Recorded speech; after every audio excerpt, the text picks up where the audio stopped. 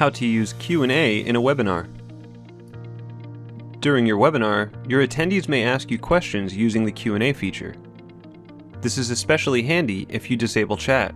We recommend that you announce the Q&A feature to your attendees and perhaps advise them to use it for on-topic questions only. When a question is submitted, you will see a pop-up notification. You can choose to address it then or wait until the end for a Q&A session. Under the View Audience Questions icon, you will see the audience questions and can choose which action to take.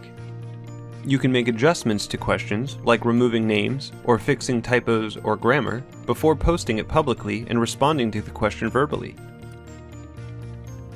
After your webinar, you will have a full report of Q&A, including any questions you might have deleted or saved for later.